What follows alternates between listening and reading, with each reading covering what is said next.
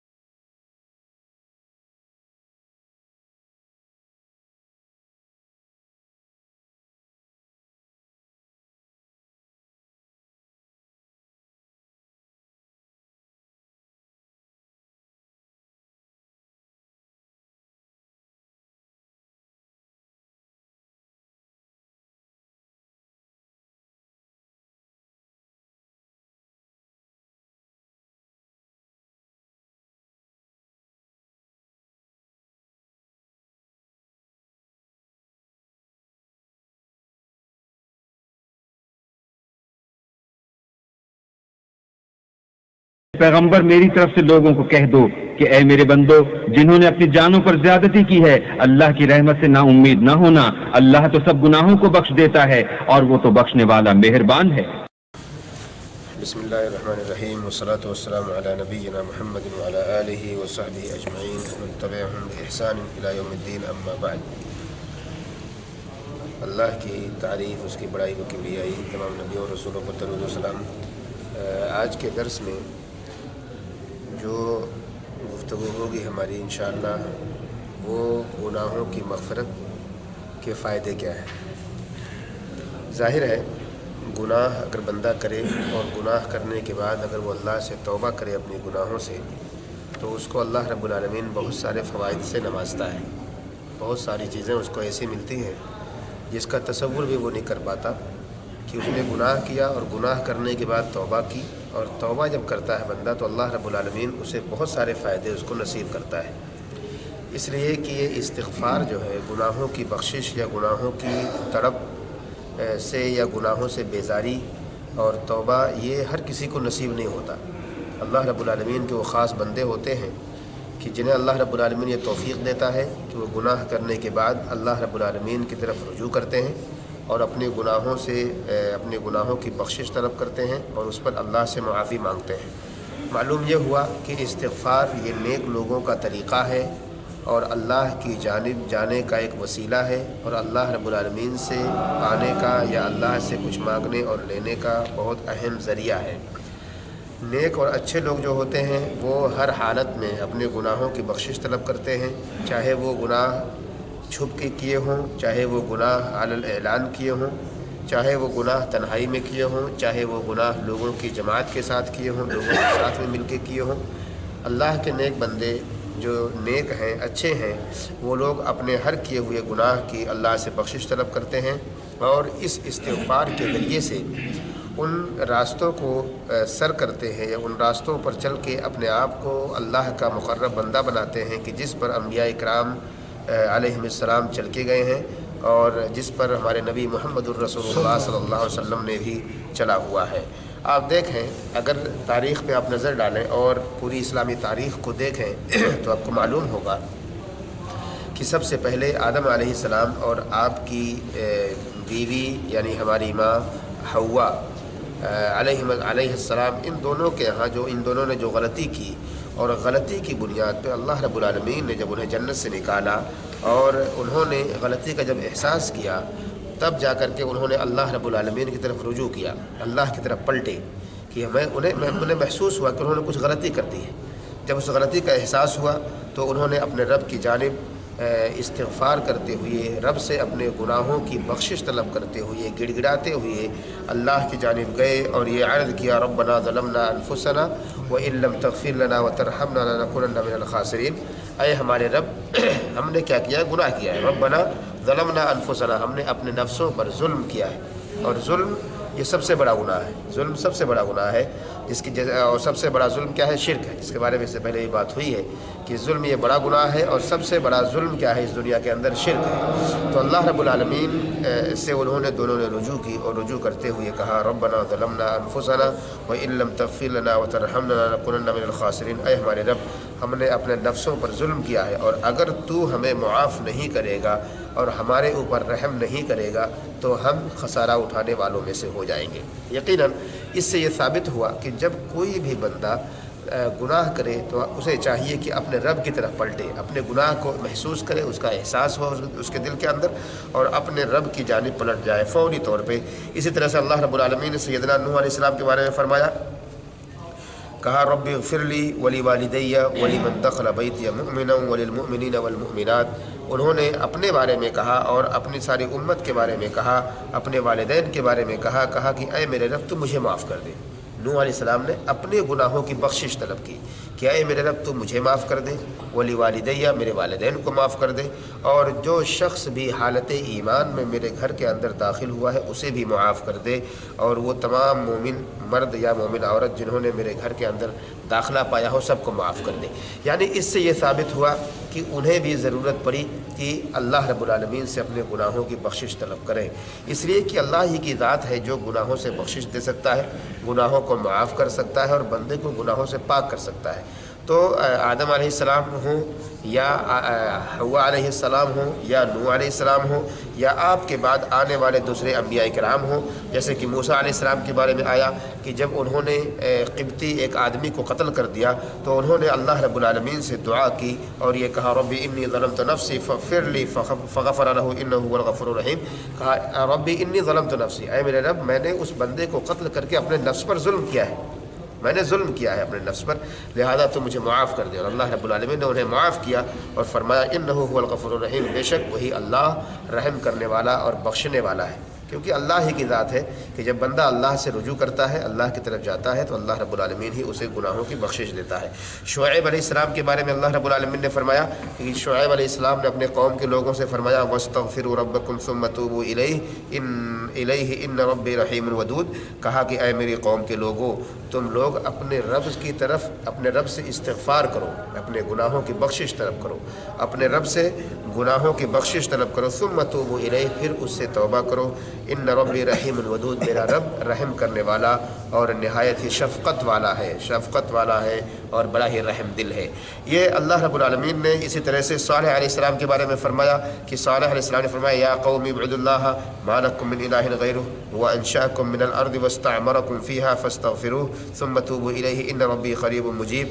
انہوں نے بھی اپنی قوم کے لوگوں سے کہا اے میری قوم کے لوگوں تم لوگ اللہ کی عبادت کرو، وما لکم من الہ غیرہ، اللہ کے علاوہ تمہارا کوئی معبود نہیں ہے۔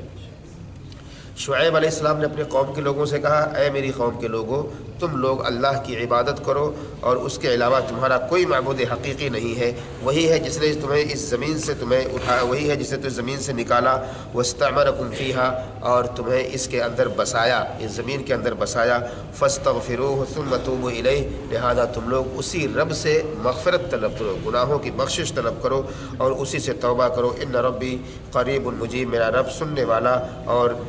میرا رب نہایت ہی قریب ہے اور جواب دینے والا ہے۔ اللہ رب العالمین کو جب بندہ پکارتا ہے تو اللہ رب العالمین اس کی پکار کو سنتا ہے اور اسی طرح سے اللہ رب العالمین اس کی پکار کا جواب بھی دیتا ہے۔ یہ بہت ساری آیتیں یا بہت ساری دلیلیں ہیں اس کی جو ہمیں اور آپ کو یہ بتاتی ہیں کہ ایک مسلمان ایک بندہ اللہ رب العالمین کی طرف پلٹتا ہے جب کوئی گناہ کرتا ہے۔ اسی طرح سے بہت سارے اور بھی ایسی آیتیں ہیں جو ہمیں اور آپ کو یاد دلاتی ہیں کہ ہمیں چاہیے کہ اگر گناہ بندے سے ہو جائے تو اللہ رب العالمین کی طرف لوٹے اور پلٹ کر کے جا کر کے اپنے گناہوں کی بخشش طلب کرے۔ سیدنا داؤد علیہ السلام کے بارے میں بھی قرآن میں آیا، سلیمان کے بارے میں علیہ السلام نے قرآن میں آیا، اسی طرح سے ہمارے نبی محمد الرسول اللہ صلی اللہ علیہ وسلم کے بارے میں بھی اس قرآن مجید کے اندر آیا کہ اللہ رب العالمین نے آپ کو بھی یہ تعلیم دی اور کہا فاعلم انہ لا الہ الا اللہ واستغفر لذنبک وللمؤمنین والمؤمنات، کہ اللہ رب العالمین نے فرمایا محمد صلی اللہ علیہ وسلم کے حوالے سے اے محمد جان لو کہ اللہ کے سوا کوئی معبود برحق نہیں ہے، واستغفر لذنبک، اور اپنے گناہوں کی بخشش مانگیے، اپنے گناہوں کی بخشش طلب کیجیے۔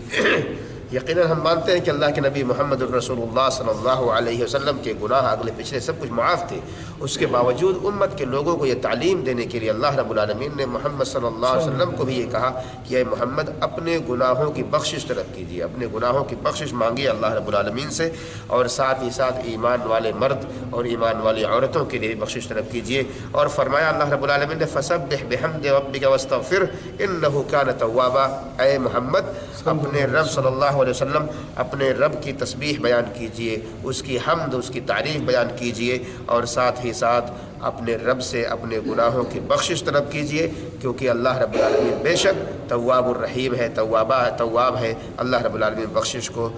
توبہ کو قبول کرنے والا ہے اور بہت زیادہ انسان کی مغفرت کرنے والا ہے۔ اسی طرح سے جب یہ ساری باتیں ہمیں معلوم ہو گئیں، اتنی ساری آیتیں میں نے اتنے سارے انبیاء کرام کے حوالے سے جو بیان کیے، اس کا مقصد صرف یہ ہے کہ اگر ان انبیاء کرام جن کے بارے میں ہم جانتے ہیں کہ ان کے پاس گناہوں کا ایسا کوئی چلن نہیں تھا کہ جسے ہم اور آپ یہ کہیں کہ بڑے گنہگار تھے، بڑے ان کے اندر معصیتیں تھیں، نعوذ باللہ، لیکن اللہ رب العالمین نے اپنی امت کے لیے، یعنی ان کی امتوں کے لیے ہر زمانے میں اللہ رب العالمین نے انہیں یہ تعلیم دی، اور محمد الرسول اللہ صلی اللہ علیہ وسلم کے حوالے سے ہمیں اور آپ کو تعلیم دی ہے کہ ہم بھی اپنے گناہوں کی بخشش طلب کریں، کیونکہ ہم کہیں زیادہ ضرورت مند ہیں، کہیں زیادہ آج کے زمانے میں بالخصوص، جہاں گناہوں کا دورہ ہے، قدم قدم پہ گناہ ہے، ہر نظر بھی کہیں اٹھے تو گناہ کی جانب اٹھ جائے، قدم بھی کہیں چلے تو گناہ کی جانب چلے جائے، اور زبان بھی اگر کچھ بولے تو گناہ بول دے، ہاتھ اگر چلے تو گناہ کرنے لگ جائے، پیر اگر چلے تو گناہ کی طرف چلے جائے۔ الغرض انسان کے دماغ میں، انسان کے دل میں بھی اگر کوئی ایسا وسوسہ اٹھتا ہے جس کا تعلق گناہ سے ہوتا ہے، تو یہ ایک ایسا ماحول یا ایک ایسا دور ہے، ایک ایسا وقت ہے جہاں گناہوں کی کثرت ہے، جہاں گناہوں کا دور ہے، اور جہاں معصیتیں اتنی زیادہ ہیں کہ انسان کی قدم قدم پہ معصیتیں ہیں۔ تو اس سے یہ معلوم ہوا کہ اب ایسے دور میں ہمیں زیادہ ضرورت ہے کہ اپنے ان گناہوں سے بخشش مانگی جائے۔ ایسے دور میں ہم زیادہ محتاج ہیں اللہ رب العالمین کے، ایسے دور میں ہم زیادہ ضرورت مند ہیں کہ اپنے گناہوں کا احساس کرتے ہوئے اللہ کی جانب خود کو موڑ دے، اور اللہ رب العالمین سے کی طرف پلٹ کر معذرت کریں اور گناہوں سے توبہ کریں۔ اور یہ معلوم ہو جائے ہمیں، اگر تو ہم اپنی شہوتوں کو توڑ دیں، اپنی آرائشوں کو توڑ دیں، اور اپنے تمام ناز و نعمت کی چیزوں کو چھوڑ دیں اور اللہ رب العالمین کی طرف پلٹ جائے، کیونکہ یہ سارے گناہ کی چیزیں، گناہ کے کام ہمیں اور آپ کو تباہ کرنے کے لیے ہے، انسان کی نظر ہونے کے باوجود اسے اندھا کرنے کے لیے ہے، انسان کے پاس ذہن و دماغ ہونے کے باوجود اسے گونگا اور بہرا کرنے کے لیے ہے، انسان کے پاس سب کچھ ہونے کے باوجود اس کی تباہی کا سامان ہے۔ اسی لیے اگر ہمیں احساس اس کا ہو جائے کہ ہم نے گناہ کیا ہے، تو پہلی فرصت میں ہمیں چاہیے کہ ہم اللہ رب العالمین کی طرف رجوع کر لیں، اللہ رب العالمین سے اپنے گناہوں کی بخشش طلب کر لیں۔ علی ابن ابی طالب رضی اللہ تعالی عنہ کے بارے میں آتا ہے، بیان کرتے ہیں، العجب ممن یہلک ومعہ النجات۔ بڑی عجیب بات ہے، کہتے ہیں بڑی عجیب بات ہے کہ کوئی بھی شخص ہلاک ہو جائے اور اس کے ساتھ میں نجات والی، بچنے والی چیز بھی ہو۔ لوگوں نے پوچھا وما ہی، کون سی وہ چیز ہے کہ نجات بھی آدمی کے پاس ہو پھر بھی وہ ہلاک ہو رہا ہو؟ انہوں نے فرمایا الاستغفار، مغفرت طلب کرنا۔ ہمارے پاس اللہ رب العالمین نے ایک بہت بڑا ذریعہ دیا ہے ہلاکت سے بچنے کا، اپنے گناہوں کی معافی کا موقع۔ اللہ رب العالمین نے یہ سب کو نہیں دیا ہے، ہمیں دیا ہے موقع کہ جب بندہ گناہوں سے توبہ کر لیتا ہے، گناہوں کی بخشش طلب کر لیتا ہے، تو اللہ رب العالمین معاف کر دیتا ہے۔ اور حدیث میں آتا ہے کہ جب بندہ گناہ سے توبہ کرتا ہے تو بالکل ویسے پاک ہو جاتا ہے جیسے اس نے گناہ کیا ہی نہیں۔ تو یہ کسی اور کے پاس نہیں ہے، یہ ہمارے اور آپ کے پاس ہے، یہ امت محمدیہ کے پاس ہے۔ حضرت علی بن ابی طالب رضی اللہ تعالی عنہ اس کے ذریعے یہی بتانا چاہ رہے ہیں کہ اگر ہمارے ساتھ یہ نجات والی چیز موجود ہے، پھر ہم کیوں ہلاک ہوں، اپنے آپ کو ہلاکت میں، اپنے آپ کو تباہی میں کیوں ڈالیں؟ ہم اس استغفار کو استعمال کر کے کیوں نہ اللہ رب العالمین کے مقرب بندے بن جائیں اور جہنم سے نجات پا کے جنت میں داخل ہونے والے بن جائیں۔ اسی طرح سے قتادہ رضی اللہ رحمہ اللہ کے بارے میں آتا ہے، کہتے ہیں القرآن یدلکم علی دائکم و دوائکم، یہ قرآن جو تمہارے پاس ہے یہ تمہیں رہنمائی کرتا ہے، تمہاری رہنمائی کرتا ہے تمہاری بیماریوں کی اور ساتھ ہی ساتھ اس کے علاج کی۔ یہ قرآن، کہتے ہیں یہ قرآن ایسی کتاب ہے جو تمہیں تمہاری بیماریوں کے بارے میں بتاتی ہے اور ساتھ ہی ساتھ اس کا علاج بھی بتاتی ہے۔ اب اس سے بڑی بات کیا ہوگی کہ اگر ہمیں ہماری بیماری کا بھی پتہ چل جائے اور ساتھ ہی ساتھ اس کے علاج کا بھی پتہ چل جائے، تو ہم کیوں نہ اس بیماری کے بارے میں معلوم ہونے کے بعد اس کے علاج کو کرنے کی کوشش کریں، اس کو پاک کرنے کی کوشش کریں، اس کو ٹھیک اور صحیح کرنے کی کوشش کریں۔ بیان کرتے ہیں اما داؤکم فالذنوب، رہی تمہاری بیماریاں تو تمہاری بیماری کیا ہے؟ کہا تمہارے گناہ یہ تمہاری بیماری ہے، تمہارے گناہ تمہاری بیماری ہے، وَأَمَّا دَوَاؤُكُمْ فَالِاسْتِغْفَارُ، اور کہا ان بیماریوں کی دوا کیا ہے؟ استغفار ہے۔ تو بیماری، یہ بیماری ہے جو گناہ ہے، یہ ہمارے اوپر بیماری ہے، اللہ کی طرف سے مسلط ہے، یا ہم نے اپنے اوپر مسلط کر لیا ہے، ان گناہوں کو بیماری بنا لیا ہے اپنی۔ اب اس بیماری کا علاج یہ ہے کہ ہم اور آپ اللہ سے مغفرت طلب کریں، اللہ سے ان گناہوں کی بخشش طلب کریں، انشاءاللہ ہم پاک اور صاف ہو جائیں گے۔ اسی طرح سے لقمان علیہ السلام کے بارے میں ایک روایت آتی ہے کہ انہوں نے اپنے بیٹے سے کہا، یا بنی عوّد لسانک اللہم اغفر لی فإن للہ ساعات لا يرد فیہا سائلا۔ کہتے ہیں کہ لقمان علیہ السلام نے اپنے بیٹے سے فرمایا یا کہا،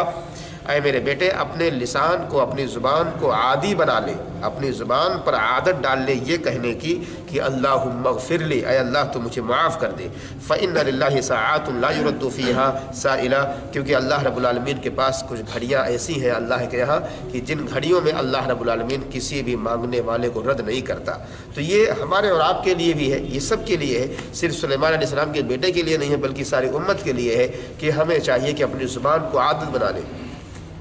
اللہم اغفر لی، اللہم اغفر لی، استغفر اللہ، چلتے رہیے آپ، کہتے رہیے آپ، یقیناً اللہ رب العالمین اس کے اندر برکت دے گا اور ہمیں اور آپ کو ساری بیماریوں سے نجات دے گا جو ہمیں نظر آ رہی ہیں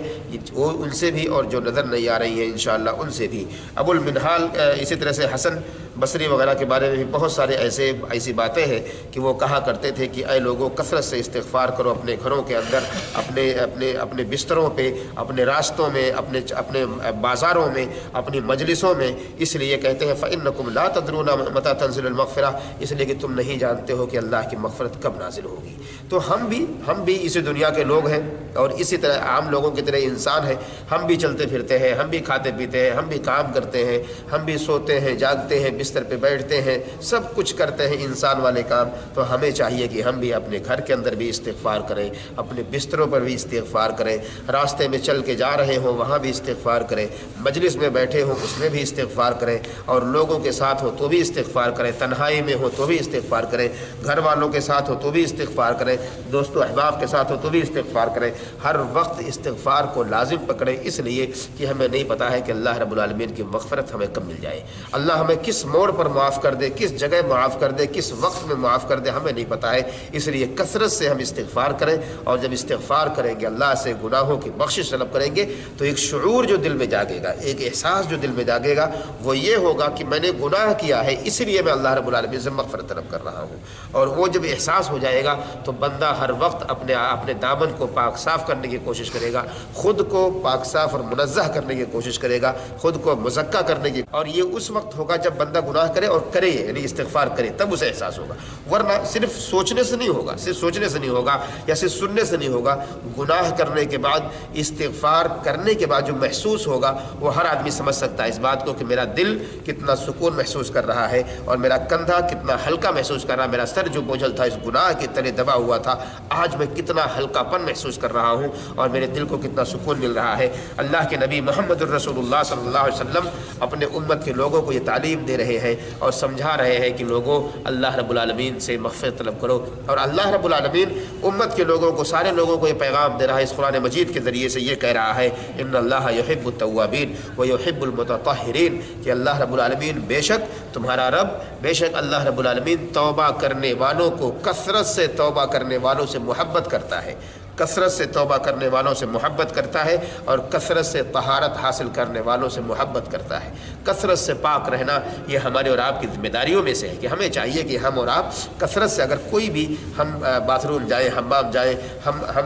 استنجا کریں تو پاکی صافی کے ساتھ، بے نہایت ہی پاکی اور صفائی کے ساتھ اپنے آپ کو پاک رکھیں، اور ساتھ ہی ساتھ کوشش یہ کریں کہ ہم ہمیشہ باوضو رہیں، کوشش یہ کریں ہمیشہ باوضو رہے۔ اللہ کے نبی محمد الرسول اللہ صلی اللہ علیہ وسلم ہمیشہ باوضو رہا کرتے تھے، یہاں تک کہ جب بستر پہ سونے کے لیے جاتے تو بھی باوضو ہوا کرتے تھے۔ ہمیں چاہیے کہ ہم بھی اس طرح کی عادت ڈالیں، یہ بھی پاکی کا ایک بہت ہی اہم سلسلہ جو ہمیں اور آپ کو دیا گیا ہے، بتایا گیا ہے کہ ہر وقت بندے کو چاہیے کہ حالت وضو میں رہے، یہ بہت ہی اہم ہے، اور انسان کے لیے خود ہی ایک پاکی کا یا نیک کام کی طرف جانے کا ایک بڑا ذریعہ ہے، اور ہمیں اور آپ کو گناہوں سے بچنے کا ایک ذریعہ ہے۔ اسی طرح سے اللہ رب العالمین نے فرمایا الذین آمنوا وتطمئن قلوبهم بذکر اللہ، الا بذکر اللہ تطمئن القلوب، جو لوگ ایمان لائے اور ان کے دلوں کو سکون ملا، کہا کہ الا بذکراللہ تطمئن القلوب، اللہ کی یاد سے ہی دلوں کو سکون ملتا ہے، اللہ کی یاد سے ہی دلوں کو سکون اطمینان ملتا ہے۔ معلوم یہ ہوا کہ جب بندہ گناہوں سے توبہ کرتا ہے تو اللہ کو یاد کرتا ہے، گناہوں سے توبہ ایسے نہیں کرے گا، اللہ کو یاد کرے گا، اللہ کا ڈر، اللہ کا خوف اس کے دل میں ہوگا تو گناہوں سے توبہ کرے گا۔ اور جب اللہ کا ڈر بندے کے دل میں پیدا ہو جائے تو گویا کہ اس کے دل کو سکون مل جائے گا، اس کے دل کو اطمینان مل جائے گا، اور بندہ ایسی صورت میں اپنے آپ کے، اپنے نفس کے اوپر کوئی بھی بوجھ باقی رکھنا نہیں چاہے گا، اپنے اندر، اپنے سینے میں کوئی بھی گناہ باقی رکھنا نہیں چاہے گا، اس سے پاکی کے لیے کوشش کرے گا، اس سے بچنے کے لیے کوشش کرے گا۔ اور اللہ کے نبی محمد الرسول اللہ صلی اللہ علیہ وسلم کی حدیث آتی ہے، کہتے ہیں ان المؤمن اذا اذنب ذنبا، کہ جب ایمان والا کوئی بھی گناہ کرتا ہے، کانت نقطۃ سوداء، تو اس کے دل کے اندر ایک کالا دھبا پڑ جاتا ہے، اللہ رب العالمین کالا دھبا ڈال دیتا ہے اس کے دل میں۔ کہا فإن تاب ونزع واستغفر سقل قلبه، کہ جب بندہ ایسی صورت میں گناہ اس کے دل میں کالا دھبا پڑنے کے بعد، گناہ کرنے کے بعد جب کالا دھبا پڑ جاتا ہے، ایسی صورت میں کہا جب بندہ توبہ کر لیتا ہے اور اس پڑے ہوئے دھبے کو اپنے دل سے نکال پھینکتا ہے، اس گناہ کو نکال پھینکتا ہے، توبہ کر لیتا ہے، واستغفر، توبہ بخشش طلب کر لیتا ہے، سقل قلبه، تو اللہ رب العالمین اس کے دل کو پالش کر دیتا ہے، ایک دم صاف چکنا کر دیتا ہے اللہ رب العالمین۔ کہا فإن زاد زادت، اب اگر وہ گناہ پھر کرتا ہے تو وہ دھبا بڑھتا جاتا ہے، وہ دھبا، وہ داغ جو اس کے دل میں پڑا ہوا ہے بڑھ جاتا ہے۔ کہا فذلک الران الذی ذکرہ اللہ فی کتابہ، یہی وہ ران ہے، یہی وہ زنگ ہے جس کا تذکرہ اللہ رب العالمین نے قرآن میں فرمایا، کلا بل ران علی قلوبہم ما کانوا یکسبون، سورہ مطففین کے اندر اللہ رب العالمین نے یہ فرمایا ہے کہ ان کے دلوں پر زنگ لگ گیا تھا ان کے کرتوتوں کی وجہ سے۔ تو ایک ایمان والا جب گناہ کرتا ہے اور گناہ کرنے کے بعد جب اسے احساس گناہ ہو جاتا ہے تو اس گناہ کو ایسے اپنے دل پر چھوڑ نہیں دیتا کہ بس میرے دل میں وہ گناہ بسا رہے، میرے دل کے اندر، میرے نفس کے اندر وہ گناہ باقی رہے، بلکہ وہ اللہ سے توبہ کرتا ہے، اللہ سے بخشش طلب کرتا ہے، گناہوں سے فوراً اپنے آپ کو بری کرنے کی کوشش کرتا ہے اور برات کا اظہار کر دیتا ہے، تو اللہ رب العالمین اس کے گناہوں کو بالکل پالش کر دیتا ہے، گناہوں سے اس کے دل کو پاک کر دیتا ہے۔ اب وہ صاف ستھرا، اس کا دل بالکل اطمینان کے ساتھ سکون محسوس کرتا ہے۔ ابو ہریرہ رضی اللہ تعالیٰ عنہ کی ایک روایت بڑی مشہور ہے کہ بیان کرتے ہیں اللہ کے نبی محمد الرسول اللہ صلی اللہ علیہ وسلم کا گزر ایک مکہ کی ایک پہاڑی جس کا نام جمدان تھا، وہاں سے ہو رہا تھا۔ اللہ کے نبی صلی اللہ علیہ وسلم نے فرمایا کہ اس جمدان پہاڑی کی جانب چلنے کو اپنے صحابہ سے کہا کہ پھر آگے فرمایا سبق المفردون، مفردون جو تھے وہ آگے نکل گئے۔ لوگوں نے پوچھا وما المفردون یا رسول اللہ، اے اللہ کے نبی صلی اللہ علیہ وسلم یہ مفردون کون ہے؟ اللہ کے نبی صلی اللہ علیہ وسلم فرمایا الذاکرون اللہ کثیرا والذاکرات، کثرت سے اللہ کو یاد کرنے والے وہ مرد بھی ہیں اور وہ عورتیں بھی ہیں۔ تو یہ ہمیں چاہیے کہ ہم بھی اللہ کو کثرت سے یاد کریں، کیونکہ کثرت سے اللہ کو یاد کرنے سے ان دلوں کو سکون ملتا ہے، ان دلوں کے اندر اطمینان کی کیفیت آتی ہے، اور بندہ جب کثرت سے اللہ کو یاد کرتا ہے تو یقینی بات ہے کہ ایسی صورت میں بندہ اللہ رب العالمین کا مقرب بندہ بنتا ہے۔ زبیر رضی اللہ تعالیٰ عنہ کے بارے میں آتا ہے، کہتے ہیں من احب ان تسرہ صحیفتہ فلیکثر فیہا من الاستغفار، صحیح الجامع کے اندر یہ روایت آئی ہے، کہتے ہیں کہ فرمایا کہ جس شخص کو یہ پسند ہو کہ اس کا صحیفہ جب اس کے سامنے پیش کیا جائے، اس کا رجسٹر جب قیامت کے روز اس کے سامنے پیش کیا جائے تو وہ دیکھ کر وہ خوش ہو جائے، وہ صحیفہ دیکھ کر، وہ رجسٹر دیکھ کر، اپنا نامہ اعمال دیکھ کر اگر وہ خوش ہونا چاہتا ہے تو کہتے ہیں فلیکثر فیہا من الاستغفار، تو بندے کو چاہیے کہ کثرت سے استغفار کرے، کثرت سے اپنے گناہوں کی مغفرت طلب کرے، تو یقیناً اس کے سامنے جو صحیفہ اس کے سامنے پیش کیا جائے گا، جو نامہ اعمال اس کے سامنے پیش کیا جائے گا، اس کو دیکھ کر وہ خوش ہو جائے گا۔ اس لیے کہ جب گناہ ہی اس کے مٹ گئے ہیں، جب گناہ ہی اس کے مٹ گئے، اس نے توبہ کر لیا ہے، تو صحیفے کے اندر کیا ہوگا؟ نیکیاں ہی نیکیاں رہیں گی۔ اب بندہ جب نیکیوں کو دیکھے گا تو خوش ہو جائے گا وہ، تو اسی لیے انہوں نے کہا کہ کثرت سے استغفار جب بندہ کرتا ہے تو ایسی صورت میں ایک آدمی ہمیشہ اللہ رب العالمین کے جب اس سے ملاقات کرے گا، صحیفہ اسے دیا جائے گا تو وہ خوشی محسوس کرے گا۔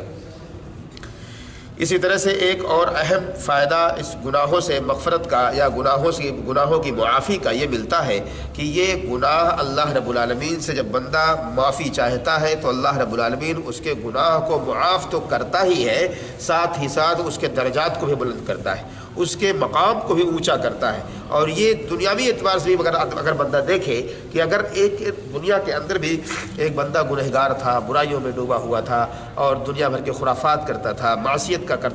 کار تھا، تو لوگ اس سے دور بھاگتے تھے، اس کو دیکھ کر کہ یہ آدمی برا ہے، اچھا آدمی نہیں ہے، تو لوگ اس سے دور بھاگتے تھے۔ لیکن اگر وہی بندہ ٹھیک ٹھاک ہو جاتا ہے، گناہوں سے توبہ کر لیتا ہے، اچھا ہو جاتا ہے، نمازی بن جاتا ہے اور سارے اچھے کام نیک کام کرنے لگتا ہے، تو یہی دنیا والے اسے مقام دیتے ہیں، اسے اپنے گھروں میں بلائیں گے، اسے چائے بھی پلائیں گے، اسے اونچا مقام دیں گے، اسے اچھا رتبہ دیں گے۔ یہ دنیاوی ہے، دنیاوی چیزیں۔ لیکن اگر اخروی چیزیں دیکھی جائے اور شرعی دائیں سے اس کو دیکھا جائے، اللہ کے رب العالمین کی شریعت کی نظر میں اس کو تولا جائے، تو یہ معلوم ہوگا کہ ایک گنہگار جب توبہ کرتا ہے تو اللہ رب العالمین اس کے گناہوں کو کیسے معاف کرتا ہے، اور ساتھ ہی ساتھ اللہ رب العالمین احسان کرنے والوں کو اور مزید عطا کرتا ہے۔ فرمایا نغفر لکم خطایاکم، اللہ رب العالمین نے فرمایا کہ ہم تمہارے گناہوں کو معاف بھی کریں گے، وَسَنَزِيدُ الْمُحْسِنِينَ، اور احسان کرنے والوں کو زیادہ عطا کریں گے۔ تو جب گناہوں سے بندہ توبہ کر لے گا تو اللہ رب العالمین اس کے گناہوں کو معاف تو کرے گا ہی کرے گا، ساتھ ہی ساتھ اس کے درجات کو بھی بلند کرے گا،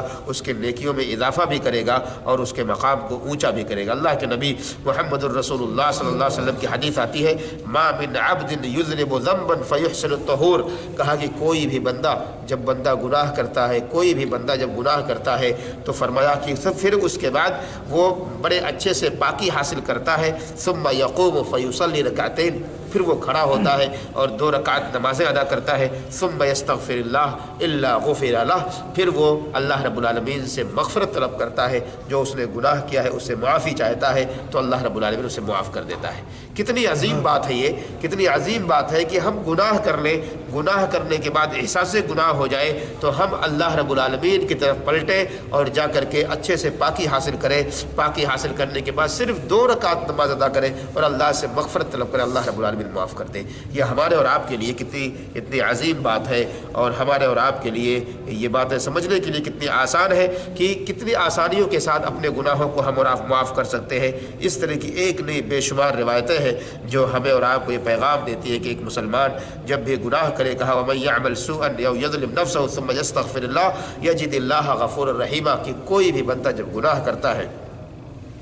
کوئی بھی برا عمل کرتا ہے یا اپنے نفس پر ظلم کرتا ہے اور اس کے بعد جب اللہ سے مغفرت طلب کرتا ہے تو اللہ رب العالمین کو غفور الرحیم ہی پاتا ہے۔ یقیناً کہ جب بندہ گناہ کرے گا تو دنیا کے اندر اور کوئی ایسا نہیں جو گناہوں کو بخش دے۔ آج ہم دنیا بھر کے وسیلے پکڑ لیں، دنیا بھر کے کسی خرافات میں جا کر کے مبتلا ہو جائے، ان کے دربار میں جا کے اپنے آستانے پہ جا کے اپنے ماتھے کو ٹیک دے، کوئی حاصل نہیں ہونے والا۔ حاصل ہوگا تو اللہ کے دربار میں ہوگا اور اللہ کی ذات سے ہوگا۔ دنیا کی کوئی ایسی ذات نہیں ہے جو اللہ رب العالمین کے علاوہ ہمارے گناہوں کو معاف کر دے یا ہمارے لیے اللہ کے ہاں معاون اور مددگار بن جائے سوائے اللہ کے۔ ہمارے اعمال، ہمارے کرتوت، ہماری اچھائیاں ہی ہمارے لیے ہمارے بیڑے کو پار کر سکتی ہے۔ کوئی بندہ یہ سوچے کہ میں کسی کے سہارے جنت میں چلا جاؤں گا تو یہ ممکن نہیں ہے، اور اگر یہ ممکن ہوتا تو ہر بندہ یہ امید لگا کے صحابہ کرام یا صحابہ کرام کے بعد آنے والی ساری نسلیں یہ امید لگا کے بیٹھ جاتی کہ میرا فلاں ہے، میرا فلاں ہے، ہم ان کے ذریعے جنت میں چلے جائیں گے۔ نہیں، اللہ رب العالمین نے خود یہ تعلیم دے دی ہے امت کے لوگوں کو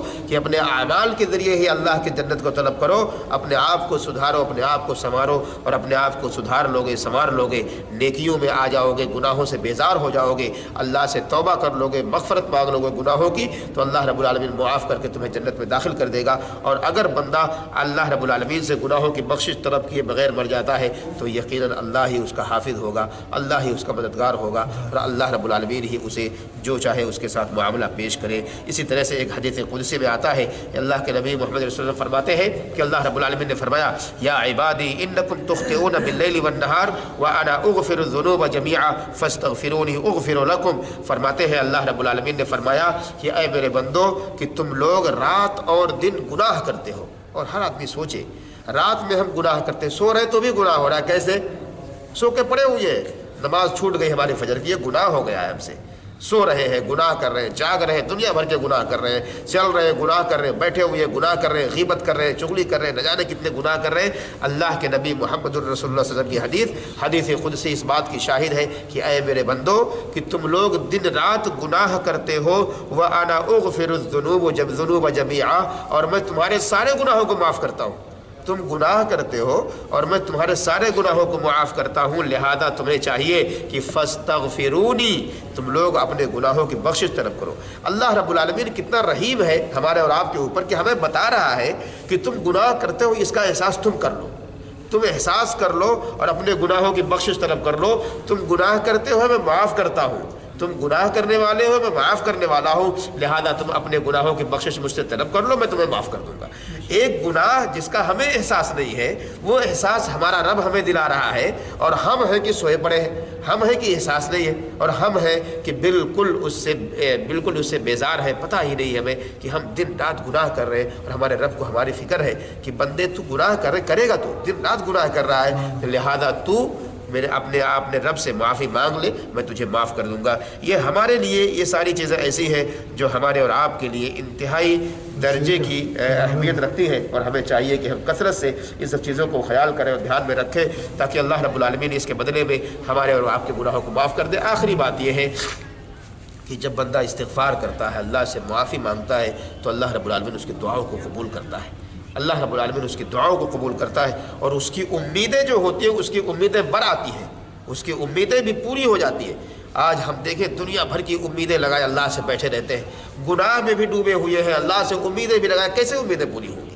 اسی لیے جب گناہوں سے توبہ بندہ کرتا ہے اور اپنے رب سے امید لگائے بیٹھتا ہے، تو اللہ رب العالمین اس کے گناہوں کو بھی معاف کرتا ہے اور اس کی امیدوں کو بھی پوری کر دیتا ہے، اور اللہ رب العالمین کو کوئی فرق نہیں پڑتا، کچھ بھی فرق نہیں پڑتا۔ ہماری ساری امیدوں کو اللہ اگر پورا کر دے، ہماری ساری چاہتوں کو اگر پورا کر دے، تو اللہ رب العالمین کے خزانے میں ذرہ برابر بھی کمی نہیں آتی ہے۔ لہذا اے ایمان والو، جنہوں نے اپنے آپ پر ظلم کیا ہے، اپنے نفسوں پر ظلم کیا ہے، اپنے رب سے گناہوں کی بخشش طلب کر لو، اپنے آپ کی معاف کروا لو، اپنے گناہوں کی بخشش کروا لو۔ اللہ رب العالمین کب کس بندے کے جسم سے روح کو جدا کر دے کوئی نہیں جانتا، اس لیے کہ اس سے پہلے ہمارے اور آپ کی روح قبض ہو جائے اور ہم اس دنیا سے رخصت ہو جائے۔ یہ موقع ہے سمجھداری کا، یہ موقع ہے اہل ایمان کے عقل کا، کہ وہ اپنے گناہوں کی بخشش طلب کر لے اور اپنے آپ کی معافی مانگ لے، تاکہ اللہ رب العالمین ان کو معاف کر دے۔ اللہ سے دعا کرتا ہوں کہ اللہ رب العالمین ہم سارے لوگوں کے گناہوں کو معاف فرمائے، ہم سب کو توفیق دے کہ کثرت سے استغفار کریں، کثرت سے توبہ کریں، اور جو بھی گناہ کرتے ہیں اللہ رب العالمین تو ان گناہوں پر پردہ ڈال، ان گناہوں کی معافی دے دے، اور جب تک ہمیں زندہ رکھ اسلام پر خاتمہ ہو تو ایمان پر ہو۔ آمین رب العالمین، وصلی اللہ وسلم علی نبینا محمد وعلی آلہ وصحبہ اجمعین۔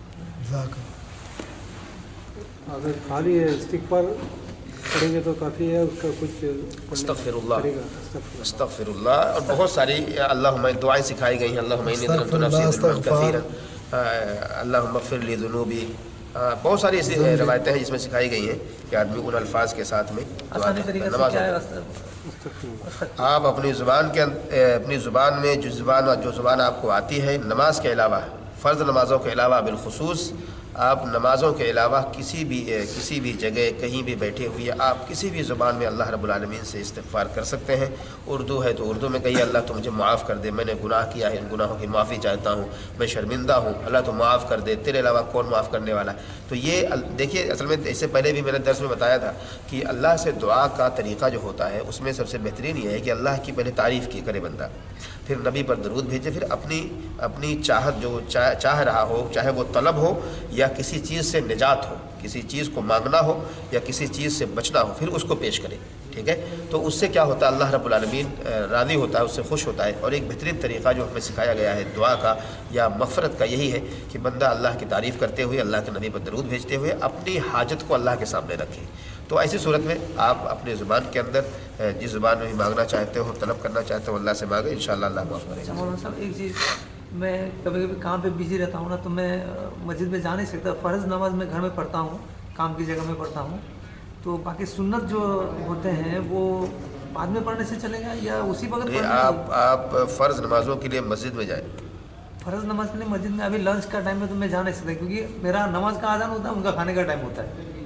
ابھی کیا کریں اس پہ بولیے تو؟ نہیں، اس کے لیے تو ایسا کوئی حل شریعت نے نہیں دیا ہے کہ آپ گھر میں فرض نماز ادا کر لیں، اس لیے کہ یہ کام ہمارے لیے مجبوری نہیں ہے،